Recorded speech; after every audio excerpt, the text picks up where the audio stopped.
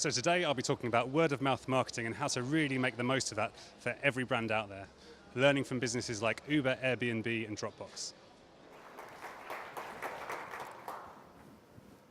Good afternoon, I'm Andy Coburn. I'm the CEO and co-founder of MentionMe, and as you've just been told, I'm here to talk to you today about one of the most fascinating areas of marketing, word-of-mouth marketing. Before I get going, I'd like to start with a question. So I'm going to assume that everyone in the room has heard of Uber by now. But can you raise your hand if you've used Uber? It's pretty good, about 90%. Keep your hand up if before you used Uber for the first time, a friend or a colleague had told you something about Uber. Pretty much all of the same hands again. And keep your hand up again if you'd used the referral program and had some form of incentive.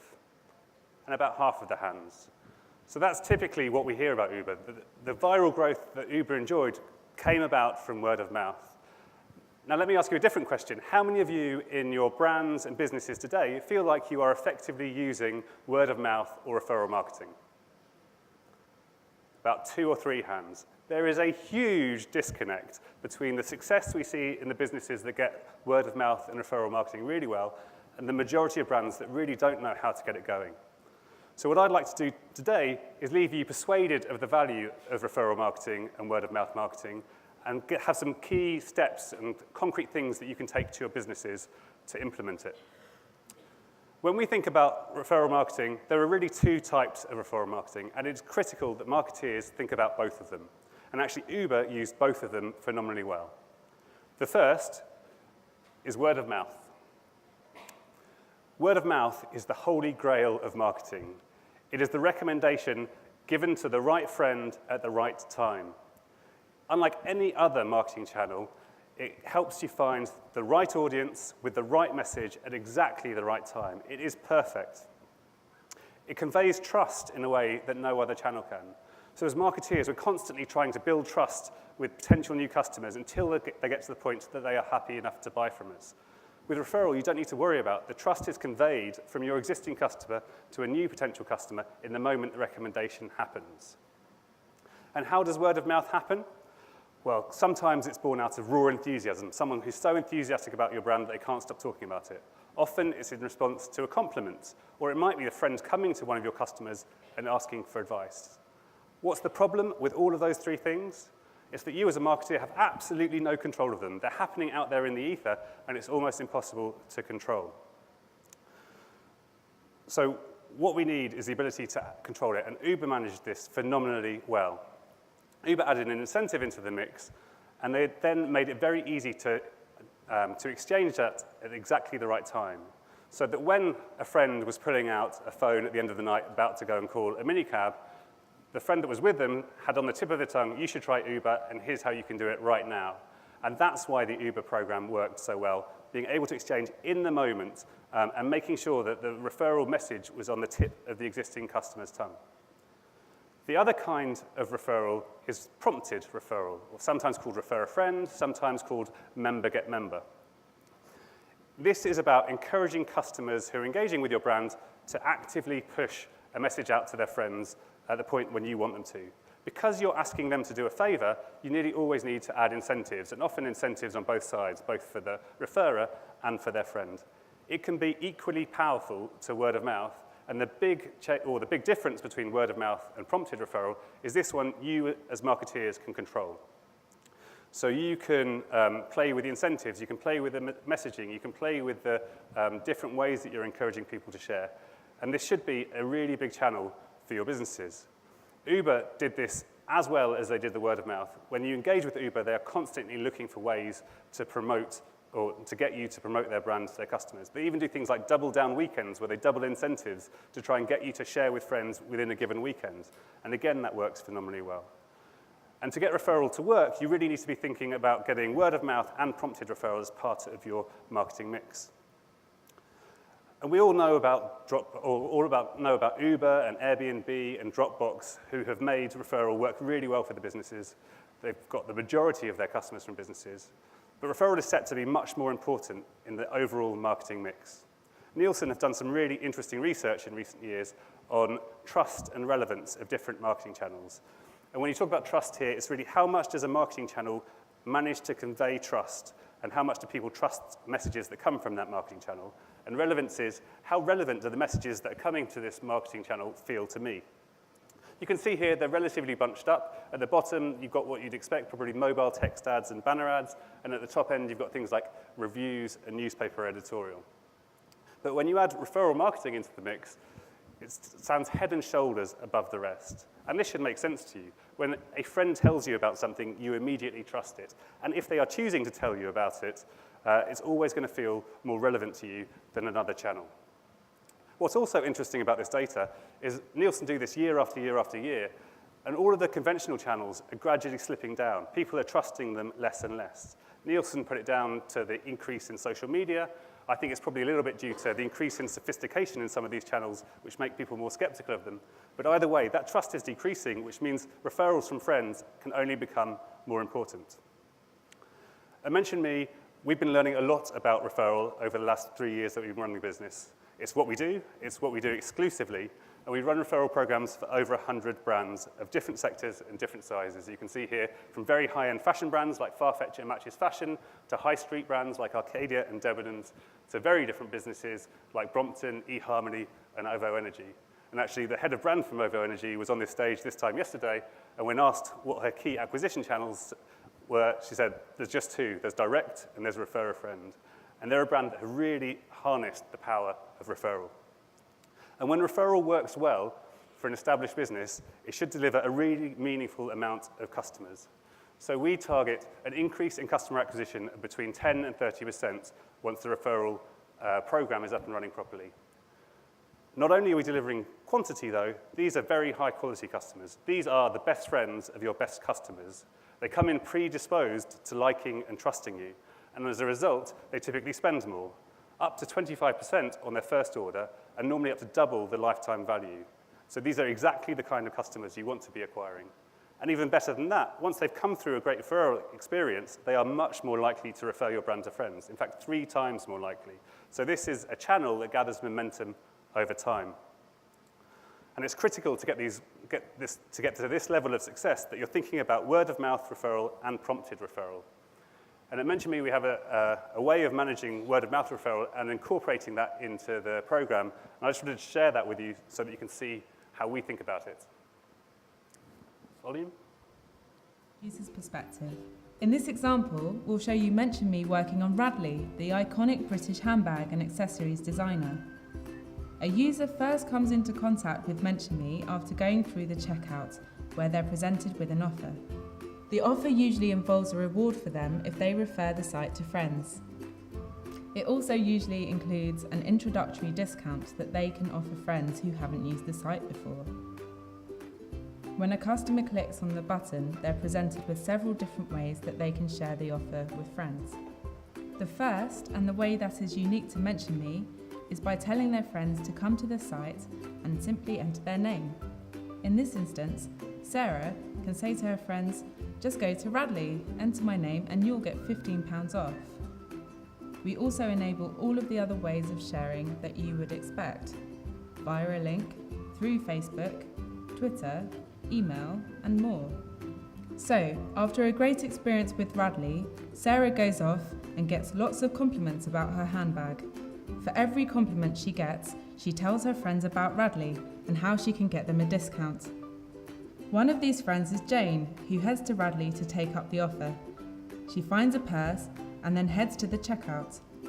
Just below the promo code box, she finds a link asking if she's been referred by a friend. Jane clicks on this link and enters Sarah's name. The offer that Sarah promised her is then displayed. Jane then enters her own details and receives a voucher code both on the screen and in an email. When Jane buys her discounted purse, Sarah is emailed with the reward that she was promised. In this case, Sarah will also receive £15 off her next purchase. I wanted to show that to you because this shows how even in running a marketing-led referral program, you can encourage and track word-of-mouth marketing. And what you saw there was the user experience. And it's critical that that user experience is simple and intuitive and that it mirrors the customer's natural behaviors. But when we then think about optimizing referral, we think about it as a funnel, like most of the rest of an online business. And the referral funnel works like this. So we are going to show existing customers a referral offer. A number of uniques will see that offer. We encourage them to become sharers. They then share, hopefully with multiple friends. Their friends respond and go on to purchase. The complexity of this funnel is it has a social interaction in the middle. And optimizing a funnel with a social interaction in the middle has nuances that are important. The types of numbers that we see on this funnel when we are working with clients is typically we would expect to see a 5 to 30% share rate on the order confirmation page, and then sharers resulting in, or purchases coming from sharers of about 20 to 50%. Obviously, those are quite big ranges, but what we expect to see is it starting at the lower end, and as we test and optimize and improve the program over time, we head towards the top end. And when it's at the top end, it really is a meaningful acquisition channel for any business. When we think about how to optimize for referral success, we think about the 3 Ps of referral: practicalities, psychology, and promotion. Practicalities really come down to your business fundamentals and how you need to set the program up in the first place to reflect the realities of your business. Psychology is the most important part, and here you've really got to get into the heads of your customers to figure out how to make referral work for them. And promotion is where you might look to promote referral. I'm going to walk through each of these. The first, practicalities, there are lots of different components of your business that will determine how well referral will work. And you can make it work with whatever these are, but you just need to think about them in advance. I'm not going to talk through all of these, but as an example, demographics. It's not surprising that demographics matter for referral. We work with some brands who only target under 17s and some brands who only target over 70s. The demographics are completely different, but referral can still work well. What we typically find is the younger demographics tend to share a lot more, and they share promiscuously, and as a result, the engagement with those shares is not as great as it might be. Whereas the older generation share far more sparingly, but when they do share, the chance that their friend will follow a share and engage with it and respond to it is very high. And the end result, it means that referral works in both. You will probably have very different share mechanics for those two demographics. So it's not surprising that Facebook and WhatsApp for the younger demographic works a lot better, whereas email tends to lead on the older demographics. Customer satisfaction is obviously a bedrock of referral. If you do not have happy customers, they're not going to go out and tell their friends to buy from you. But actually, how you manage that within your business is important. So it's likely that you have some happier customers than others, so you might want to find a way to have a specific conversation with your happier customers. Or in the travel industry, for example, an industry I used to be in, timing matters. So we knew that our customers were pretty happy after they'd booked a holiday. We knew they were ecstatic after they'd been on their holiday. And so getting to them at the point that they've come back from their holiday is far better for referral. And then the discounting environment is also relevant.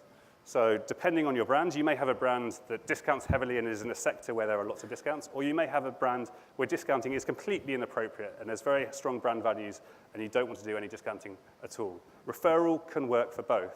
If it's a very big, or if you have a heavy discounting environment, you just need to think about how to make the referral offer stand out, which can mean either having a more generous referral offer, or it can mean having a different referral offer so it doesn't seem like the rest of your offers. If it's the same as everything else that is out there, your customers will not share it. It won't feel like they're sharing anything special with their friends. If you're in an industry or in a brand where there is no discounting, you won't want to change that for the sake of referral, so you'll want to think about what you can give your customers that isn't a discount. And quite often we see free products working very well here, or even we have brands doing things like free chocolate or free flowers, so that it's a very nice thank you, but it's in keeping with the brand. So once you've thought through how to set up your referral program, taking into account all of the things that are relevant to your brand, you then want to think about psychology. And psychology really incorporates everything to do with referral, including the incentive and the messaging and how you're positioning it. When we think about psychology, we quite often come back to this metaphor. So our job here is to increase the number of referrals by increasing the size of the balloons and minimizing the impact of the weights. And so in the balloons, the incentive obviously makes a difference, and we've done lots of focus groups around this, and people often talk about it's got to be something that's worth going to a bit of effort to getting to. You want to minimize the effort, and if it feels at all like a hassle, people won't share it. You want to maximize social capital, so people feel really good about having shared with friends, and minimize social risk. I'll talk through each of these in a bit more detail, but it is fascinating when we start working with businesses because they are always fixated on the left-hand side of this. They're really spending a lot of time working on what the incentive should be and making sure the user experience is as simple as possible. But the key to getting referral to work is the social side. If you can unlock the social side, referral will fly, and you can get away with a lot less on the incentive, and the UX doesn't actually matter as much. When we think about the incentive, we often think about it more as the oil in the machine. People are not going to be, or people are very unlikely to share just because of the incentive. It effectively gives a reason to engage in a conversation, but it's not the primary driver. A really good example of an incentive that made a difference was one of our clients, Glasses Direct. They're a very successful business, and referral is very important for them. And they started, when they started working with us, started with a referral offer of £15 off your next pair of glasses if you share. And it was working pretty well. The problem with that is that when you buy a pair of glasses, you're not thinking about buying another pair of glasses for another 18 months. And so actually, that incentive wasn't doing the work it needed to. We tested it against a £15 Amazon voucher, and the share rate improved threefold just by getting that right. So you see really big swings in performance just by trying to understand what will motivate your customers, what's important to them. You'll also want to be able to test everything to do with incentives, both the amounts, the constraints, the type of incentive, and ultimately what we're looking to do to get to where we're looking to get with incentives is almost a price elasticity curve, so that you know the level of new customers that you can bring in depending on the incentive that you're offering. And once you get there, you can start doing things like increasing the referral offer for a weekend, like Uber did, to try and hit your end-of-quarter targets. It becomes a very controllable channel indeed.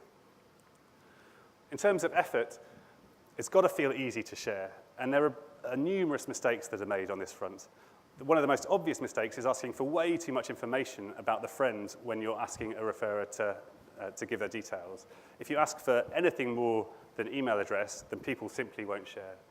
Another classic pitfall is people think, oh, you know what, I want to get people to refer more friends, so I'm only going to give a reward if someone introduces 3 new customers to my business. That is death. That does not work. And it does not work because even the thought of introducing 1 new customer to your business feels like pretty hard work and pretty daunting to someone. If you ask them to do 3, they'll think, no way, I'm not even going to bother sharing this in the first place.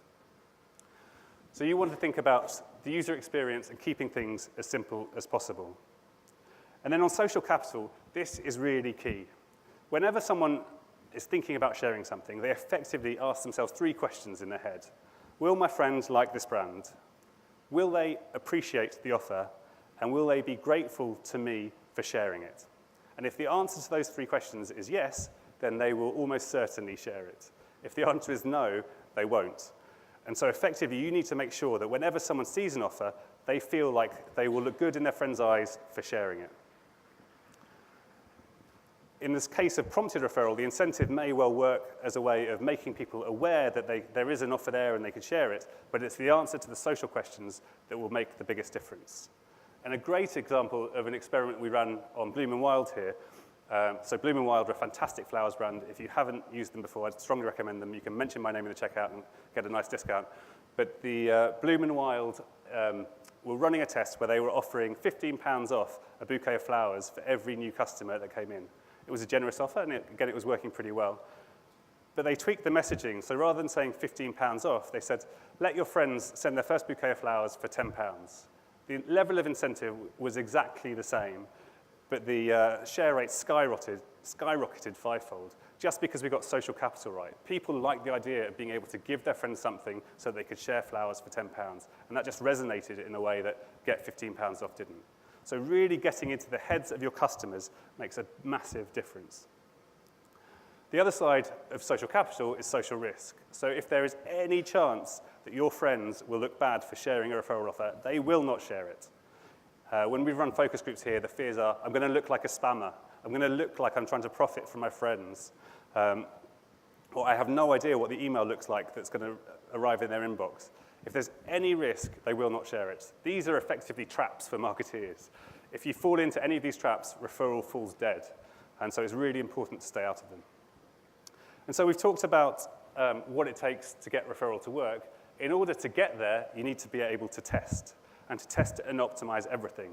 This is an example of a test that we've run on numerous clients. And it's set up so there is a £10 offer for both parties. The difference between these two offers is on the left-hand side, we would say this is an offer for generous customers. We're talking about giving your friends £10 off and then telling you you'll get a thank you afterwards. And on the right-hand side, this is an offer for selfish customers. This is about getting £10 for yourself and giving £10 to your friends. I'd like to ask a show of hands. Which of these do you think would work better? Is it the left-hand generous one, hands up, or the right-hand selfish one? Pretty much split down the middle. Actually, in this case, we found that the generous offer worked 25% better than the selfish offer. And I mentioned this is a test that we run quite often, and we run it quite often because it is fascinating to see how different customers relate to different brands. And it's only by testing it that you can be sure how your customers will relate. It's also quite a good insight into your customer base. We've had people who've been surprised at how generous their customers are. So testing copy is quite straightforward. You'll also want to be testing everything around the incentive. And testing the incentive is critical to get referral to work. The problem is it's challenging. If you launch a 15% off offer on a Monday, and by the Wednesday you decide, actually, I want to try a 10% off offer, you can't suddenly change that because there are people out there sharing the 15% off offer, and if you switch it, their friends are going to come in and have a horrible experience. So the way that you need to handle that is by using A/B testing by cohort. And that means that once someone sees a referral offer, they and their friends are guaranteed consistency of experience. So when they come in and claim the offer, but also every time they touch the referral offer during the customer journey, they will see the offer that they were shown on day one. But you as a marketing team can carry on testing and optimizing over time so that if you want to change it to the 10% or 10% off on the Wednesday, there's no problem with that. You're sure that the people on the Monday will still get the same offer. So we've talked about psychology, and that really helps you know your customers. And helping you to know your customers is not just about referral. There are some fascinating insights that you can get from the referral channel. One of them is the share messages that we see. We see what people say about brands to their friends in order to persuade them to buy. That is a fascinating insight in terms of understanding how you could be talking to your customers. We actually have some clients who, on every Monday morning, will read out the share messages to tell the rest of the business how people are thinking about their brand. The other thing is, you may well think you know your best customers, and you probably think they are the people that spend the most amount of money with you. But once you are managing and tracking referral marketing and word-of-mouth marketing properly, you will actually know the customers who are bringing in the most number of customers. And when you account for the revenue that they bring in, that's likely to be far more than the people who are spending most with you. Identifying that group and treating them differently can be incredibly valuable. The final P is promotion. And this is about where you're looking to promote the referral program. And here, it really comes down to you should be looking for the greatest points of delight. The best we found as a starting point tends to be the order confirmation page or a post-transaction page, because at that point, everyone's online and they've been happy enough to put their hand in their wallet and pay you. And there's a kind of a glow factor around that. Even if they haven't received the goods, we see phenomenal share rates there because they've decided to invest in you as a brand. But then there are other places that you might think about promoting referral specific to your business. And so, for example, on Hush, one of our fashion clients, just after someone has received their goods and is likely to have tried them on, it would be a great time for them to get an email. Green Man Gaming in the gaming world, actually when people are in play talking with friends is a great time to talk about referral. On eHarmony, actually just before your first date might be a great time to talk about referral. And so an email just before you're about to head off would probably make sense. The way we think about it is you need to think about it in terms of your business. And there are a number of different angles that you might think about it from. So in terms of on-site, you might think about on the order confirmation page, but also a landing page in the My Account section or on a referral dashboard. In email, you might think about different Solus emails or in different life cycles. You might also think about other sharing or other channels, so physical inserts with the product, direct mail, having comms in customer service, over the phone, potentially in store, and then thinking about other audiences as well. So we probably start with existing customers, but do you want to do something different for your VIPs or other site visitors? Do you want to have one for your, program for your employees or other partners? And the way we think about this when launching a program is you probably start quite tight. You want it to be easy to get up and running and to prove that it works. And then you need a plan and a map as to where you're going to go with it. And so we would typically map that out in the early days and then execute that plan over the first 3 to 6 months. And we've talked quite a lot about testing and optimization today and promotion points. And all of that has real value. Before I move on to that, we talked on that previous page about in-store being a potential option. Well, in an omni-channel world, you obviously want referral to be omni-channel too. And Matches Fashion is an example of one of our clients who are genuinely omni-channel. So a Matches Fashion customer can tell her friends in response to a compliment, I got it from Matches Fashion, and actually I can get you an introductory offer there. The friend can walk into a matchesfashion.com store and give the name, and then give the referrer's name, and then when they buy, the referrer will be thanked by email to say thank you for making the referral. It is a really nice experience. It's about as good as it gets. You've got a compliment that turns into a recommendation, that turns into a customer walking into a store, buying, and then the person who made the referral being thanked. A really, really nice customer experience. And all of this testing and promotion matters because it makes a difference. And this is an example of one client of the kind of progress that we see in referral after launch. So it is not a channel that you switch on and from day one you will get everything right and suddenly you'll have 10 to 30% increase in acquisition. It's a channel that you work at and you need to make sure you have the tools to work at it. But in this case, the client was performing 725% better than the launch month by month 9. And if we hadn't been testing and optimizing and increasing promotion, we would have been stuck at the launch month. And all of this, to go back to the previous slide, results in a really powerful marketing channel. So 10 to 30% increase in acquisition, great customers who spend more, up to 25% increase in AOV, and 3 times more likely to refer. And we're a relatively new business, but we're growing rapidly, and the real results from this are significant. So in our short life, we've seen almost 250,000 referrals go through the platform and almost £69 million of revenue. So referral is a real channel that you can track, measure, and that can have real results. If there are 4 things I'd like to leave you with today, they are the word-of-mouth marketing and referral marketing should be a really meaningful acquisition channel for your business. It's about quality new customers. It can be very easy to set up, and this is a mini plug for Mention Me, but we can get you set up with 2 JavaScript tags, and then you just need to make sure that you have all of the components that will give you the potential to make it work, focusing on word-of-mouth, referral marketing, and A/B testing by cohort. Thank you very much.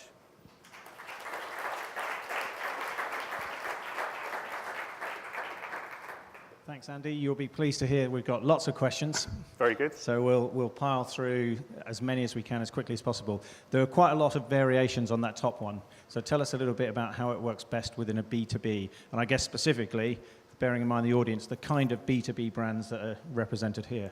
Yeah, so B2B is fascinating. When I think about referral in B2B, there are really 2 categories. There are some B2B businesses where actually the business acts a little bit like a consumer. And so we've been talking to brands in the finance space where they're dealing with small businesses, and actually you can treat them like consumers and run a very similar program to the programs we've been talking about today.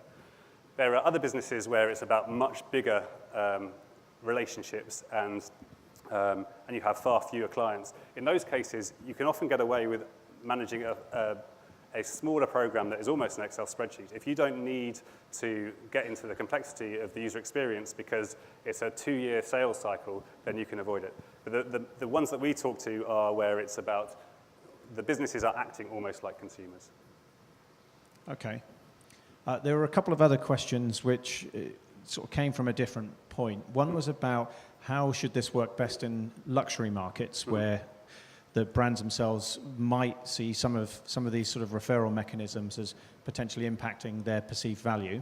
And another was about slow-moving markets, for example, bicycles or cars. What are your thoughts about using these methods in those 2 instances? Yeah. So luxury is a space that we know very well. We work with a lot of luxury clients, including Farfetch and matchesfashion.com. And actually, it is a phenomenal channel for Farfetch. There's a case study on our site if you want more information. When we started Mention Me, we weren't sure how successful it would be within the luxury space. But actually, it works phenomenally well, largely because people want to be associated with those brands. So they are really happy to be seen to be an ambassador of that brand. In terms of incentives, you often need to be a little bit more creative than just saying, here's 20% off, because that does not fit with the luxury brand motif. And so that's where you see things like people offering flowers or chocolates or free products or coming up with something that really fits the brand and how they want to portray themselves. Your other question was on slower moving items like cars. And actually, we're talking to a couple of car brands at the moment. And there it's more about making sure that initial recommendation happens, because it happens a lot with things like cars. If someone has bought a new car, they are very likely to tell everyone they know that they bought a new car. But the way that space works is that there's often not one person who is in charge of the transaction. So the person that is introduced to the brand could buy from anywhere. So actually what we're looking to do is encourage people to go for a test drive and to incentivize on the test drive and pick that as the transaction rather than the purchase of the car. The value of the test drive is still huge, and so there's real money to be able to incentivize that. That's great. I'm going to try and combine these two questions a little bit.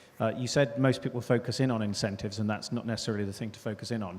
But let's take as an example question number 2. If you've set up a small business and you've only got a small customer base, it links to your B2B program a bit. Yeah. How do you actually encourage those customers to share their experience without it somehow impacting your relationship or being too pushy? Yeah, I think, so first off, I would describe referral as a multiplier channel. So you need a base of customers to multiply, otherwise you're wasting your time. So we quite often talk to startups who are thinking about doing it in the very, very early days. But actually, if you haven't got your core marketing channels in place, you haven't got enough to multiply, and so you're not using your time effectively. So we would encourage very early stage businesses to get a base of customers before hitting referral marketing. What was the second part of your question, sorry? It's linked to that. It's, again, the type of incentive. But yeah, so specifically on the type of incentive, it's quite fascinating how that works. Generally, if people want to refer you, they want more of your product and service. They like you, and therefore they want more. And so in most businesses, that is the right answer. If it's not the right answer, then obviously you can look at third-party vouchers. We do that quite a lot. And there it really comes down to liquidity. The vouchers that work best are the ones which most people will feel have value. And so actually, in most cases, Amazon works, although that doesn't always fit the brands that we're dealing with, and so we've tried all sorts of different things, like from M&S, John Lewis, etc. And then cash feels like it should work really well, but we found that cash is awful because people don't trust it. They don't understand why you're offering them cash. You're a business. Why are you giving cash to the consumer? And so, therefore, they don't trust it, and so it stops them from sharing. And then we'll also take a couple of additional questions. Sure. So what's the best example of referral marketing you've ever seen, anywhere? And also, what kind of referral marketing do you use yourselves? Yeah. The 3 big case studies from the last 5 years on referral are Uber, which I've already talked to, Airbnb, and Dropbox. And actually, Dropbox made the most success of this. They got 60% of their new customers from referral. And the key thing they did was they got you at exactly the right time. Just as you were about to run out of space on Dropbox, they said, you can get more free space. Just tell your friends about us. And that made it a no-brainer. If you were valuing the product and service, and you thought you were going to be doing a favor to your friends by sharing it, then it was win-win for everyone, and so there was no problem. In terms of how we use referral marketing ourselves, we're fortunate to have a lot of very happy clients, so we're often talking to clients, and we have a referral program to make that work. And what incentives do you use? We've tried lots of different things, and actually, because we're in a B2B environment, it is different. So we've tried things like iPads, we've tried things like vouchers. At the moment, we're giving people a choice because we're finding that's working best. That's great. There's lots of questions here that we're not going to get a chance to address, but we'll figure out the best way to get your response and feedback to the group in the room. But I'm conscious that people are rushing to see your friend Katie on the other stage, so we should probably close up here with a big round of applause. Thanks, Andy. Thank you very much.